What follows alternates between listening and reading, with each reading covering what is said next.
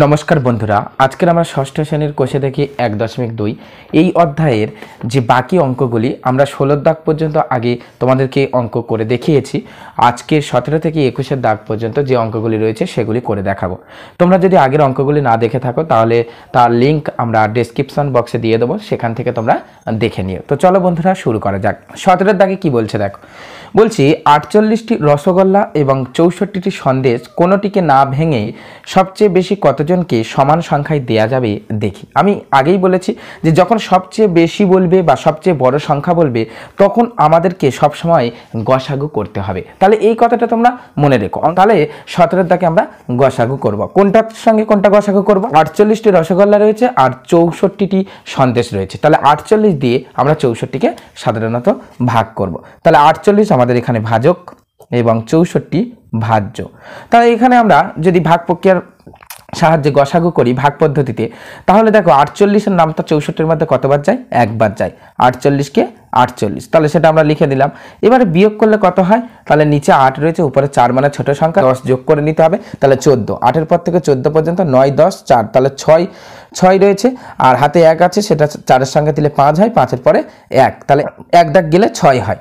তাহলে আমরা এখানে 16 লিখলাম। এবার দেখো এই 48টা যেটা প্রথমে ভাজক ছিল এখন সেটা ভাজ্য হয়ে যাবে, আর এই 16টা দিয়ে এই 48কে ভাগ করতে হবে। তাহলে 16 নামটা আমাদেরকে গুনতে হবে। 16কে 16, 16 দুগুণে 32, 3 16 48। তাহলে 3 দাগ গেলে আমরা মিলিয়ে ফেলতে পারছি 48-এর সঙ্গে 48কে। তাহলে এখানে মিলে গেল, যেটা দিয়ে মিলবে অর্থাৎ এখানে যে ভাজকটা দিয়ে মিলে যাবে সেটাই হচ্ছে গসাগু। তাহলে আমরা লিখতে পারি অতএব নির্ণেয় গসাগু সমান সমান 16।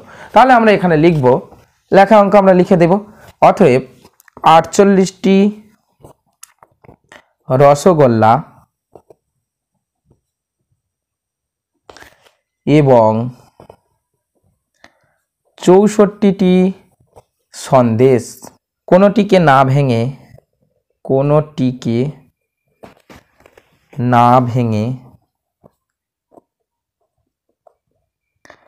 সবচেয়ে বেশি কতজনকে দেয়া যাবে ওখানে রয়েছে? তাহলে সবচেয়ে বেশি 16 জনকে। 16 গসাগু হয়েছে, তাহলে আমরা লিখে দিলাম 16 জনকে সমান সংখ্যায় দেয়া যাবে, সমান সংখ্যায় দেয়া যাবে। তাহলে এটা লিখে দিলে আমাদের অঙ্ক হয়ে যাবে। তাহলে 17-এর অঙ্কটা এই পর্যন্ত তোমরা দেখো, আশা করি বুঝতে পারবে। এবার 18-এর দাগে দেখো, বলছে বিভাস ও তার বন্ধুরা মিলে 8 জন অথবা 10 জন করে সদস্য নিয়ে নাটকের একটি দল তৈরির কথা ভাবল। কমপক্ষে কতজন থাকলে উভয় প্রকার দল তৈরি করতে পারবে হিসাব করি। আগের অঙ্কটাতে বলেছিল সবচেয়ে বেশি কতজনকে দেয়া যাবে, তখন বলেছিলাম গসাগু। আর এখন বলছে কমপক্ষে কতজন থাকলে উভয় প্রকার দল, অর্থাৎ 8 জন নিয়ে বা 10 জন নিয়ে যে দল তৈরি করার কথা তারা ভেবেছিল সেটা তারা করতে পারবে। তাহলে এখানে কমপক্ষে কতজন, কম করে কতজন থাকলে তারা দল তৈরি করতে পারবে, এই রকম যখন থাকবে তোমাদেরকে লসাগু করতে হবে। এখানে 8 এবং 10 এই দুটোকে আমরা লসাগু করব। তাহলে লসাগু করলে কি হয়? 2-এর নামটা 8-এর মধ্যে, 4 দুগুণে 8 আর 5 দুগুণে 10। এবার 4-এর নামটা দিয়ে আমরা একেবারে করে দিচ্ছি, 4 একে 4, 5 যেমন ছিল বসে যাবে। এবার 5-এর নামটা দিয়ে 5 একে 5। তাহলে এখানে লসাগু কত হয়েছে? তাহলে আমরা লিখতে পারি নির্ণেয়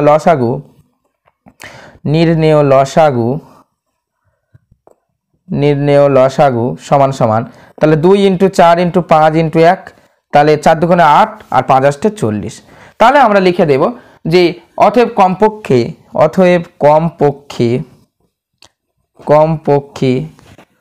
40 জন থাকলে, তাহলে কমপক্ষে 40 জন থাকলে উভয়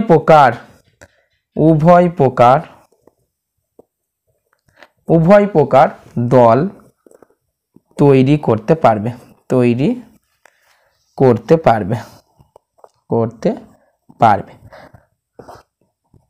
এবার 19-এর দাগের অঙ্কটি দেখো, যদুনাথ বিদ্যামন্দির স্কুলের 6ষ্ঠ শ্রেণীর ছাত্রছাত্রীদের স্কুলের বাগানে লাগানোর জন্য পঞ্চায়েত থেকে ফুল গাছের চারা পাঠিয়েছে।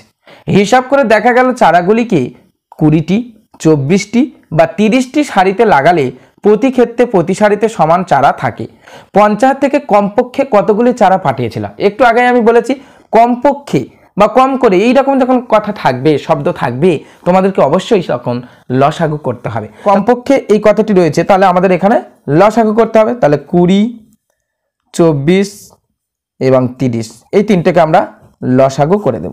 তাহলে এখানে আমরা 2 এর নামটা দিয়ে লসাগু করব। 10 দুগুণে 20, 12 দুগুণে 24 আর 15 দুগুণে 30। আবার 2 এর নামটা যায়, 5 দুগুণে 10, 6 দুগুণে 12, 15 যেমন ছিল তেমন, 15-এর মধ্যে 2 এর নামটা যায় না। এবার 5 এর নামটা 5 একে 5, 6 যেমন ছিল বসে যাবে, আর এদিকে 3 5 15। 3 এর নামটা দিয়ে যায়, তাহলে 3 একে 3 দুগুণে 6 আর 3 একে 3, তাহলে 2 দিয়ে গেলে 1 1 1। তাহলে নির্ণয় লসাগু কত আমরা পেয়ে যাব। অতএব নির্ণয় লসাগু, অতএব নির্ণয় লসাগু সমান সমান 2 × 2 × 5 × 3 × 2 × 1।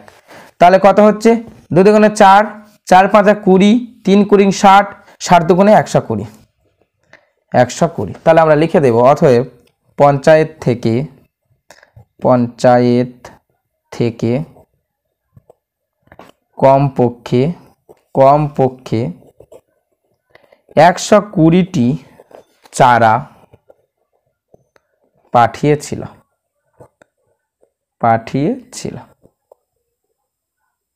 ঠিক আছে, আশা করি তোমরা 19-এর অঙ্কটা বুঝতে পেরেছো। এবার 20-এর অঙ্কটা দেখো। বলছি একটি ইঞ্জিনের সামনের চাকার পরিধি 14 ডেসিমি এবং পিছনের চাকার পরিধি 35 ডেসিমি। কমপক্ষে কত পথ গেলে চাকা দুটি একই সঙ্গে পূর্ণ সংখ্যক বার ঘোরা সম্পন্ন করবে। আবারও সেই একই কথা বলেছে যে কমপক্ষে কত পথ গেলে, তাহলে কমপক্ষে কথা থাকলে তখন আমাদেরকে লসাগু করতে হয়। তাহলে এখানে 14 ডেসিমি রয়েছে আর 35 ডেসিমি, এই দুটো লসাগু করতে হবে। তাহলে 7 দিয়ে গেলে 7 দুগুণে 14 আর 5 7 35, 2 দিয়ে গেলে 2 একে 2, 5 যেমন ছিল বসে থাকবে। এরপর হচ্ছে 5 এর নামটা দিয়ে গেলে 5 একে 5। তাহলে আমরা লিখে দেব অতএব নির্ণয় লসাগু। তাহলে নির্ণয় লসাগু কত হচ্ছে, 7 × 2 × 5 × 1। তাহলে 7 দুগুণে 14 আর 5 14 70।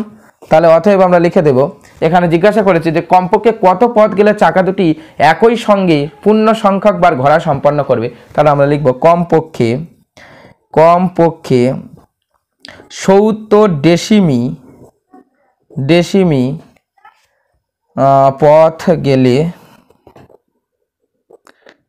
গেলে চাকা দুটি একই সঙ্গে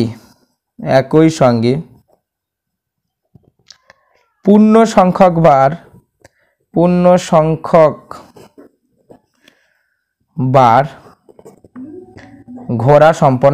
ঘোরা সম্পন্ন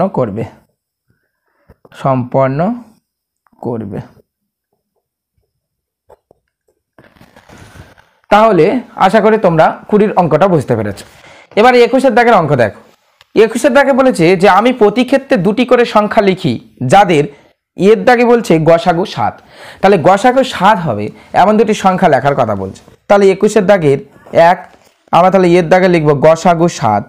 তাহলে গসাগু 7 সমান সমান 7।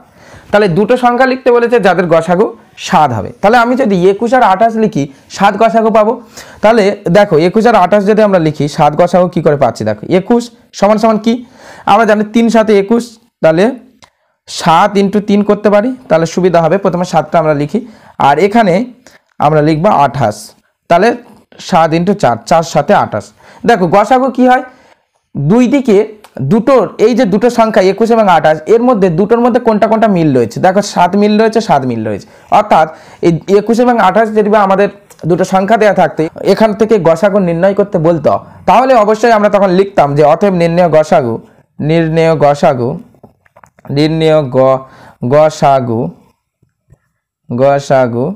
সমান সমান 7, কারণ দুটোর মধ্যে এটাই মিল রয়েছে 7 21 আর 28-এর মধ্যে। এছাড়া অন্য নিয়মে তোমরা করতে পারো, 21 দিয়ে 28কে তোমরা ভাগও করতে পারো। তাহলে 21-এর নামটা 28-এর মধ্যে একবার যাবে, বিয়োগ করলে 28 থেকে 21 কমে গেলে 7 থাকে, পাশে 21টা এখান থেকে চলে আসবে, আবার ভাজ্য হয়ে যাবে ভাজকটা। এবারে 7-এর নামটা 3 7 21, তাহলে 21 দিয়ে যখন ভাগ মিলে গিয়েছে এই 7 দিয়ে যখন ভাগ মিলে গিয়েছে এই 7টা হচ্ছে গসাগু। তাহলে এই নিয়মেও তোমরা করতে পারো। তাহলে এখানে আমাদের যেহেতু বলে দিয়েছিল গসাগু 7, তাই আমরা দুটো সংখ্যা নিয়ে নিয়েছি 21 এবং 28। তাহলে আমরা লিখে দেব অতএব সংখ্যা দুটি হলো 21 এবং 28, যাদের গসাগু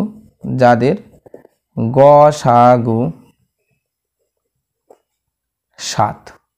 আশা করি অঙ্কটা তোমরা বুঝতে পেরেছো। যখন 7 গসাগু বলবে তখন তোমরা সিম্পল 7 একে 7, 7 গুণে 14, 3 7 21।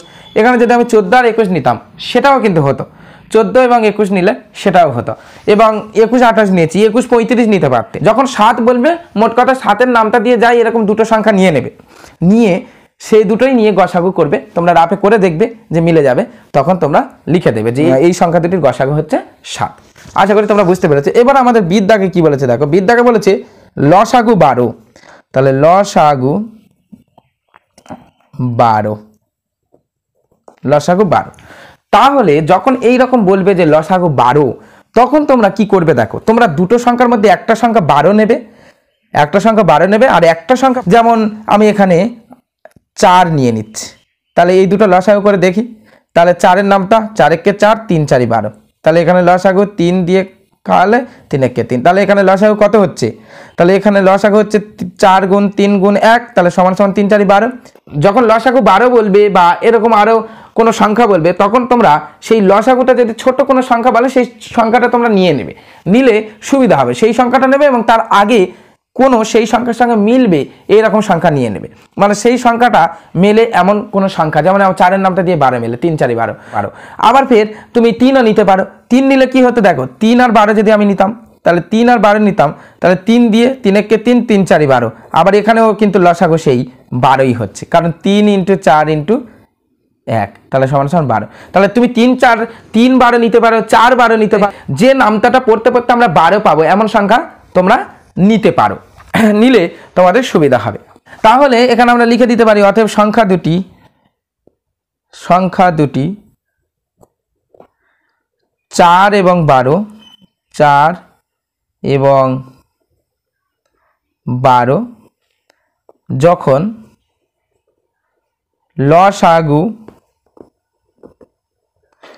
লসাগু 12।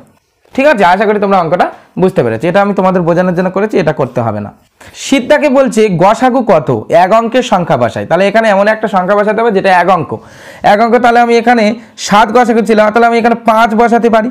এক অঙ্কের বসাতে বলেছে 5, 3 যা খুশি বসাতে পারি, তো আমি 5 বসালাম। তাহলে গসাগু 5। তাহলে সিদ্ধাকে আমরা এবার লিখে দেব গসাগু 5,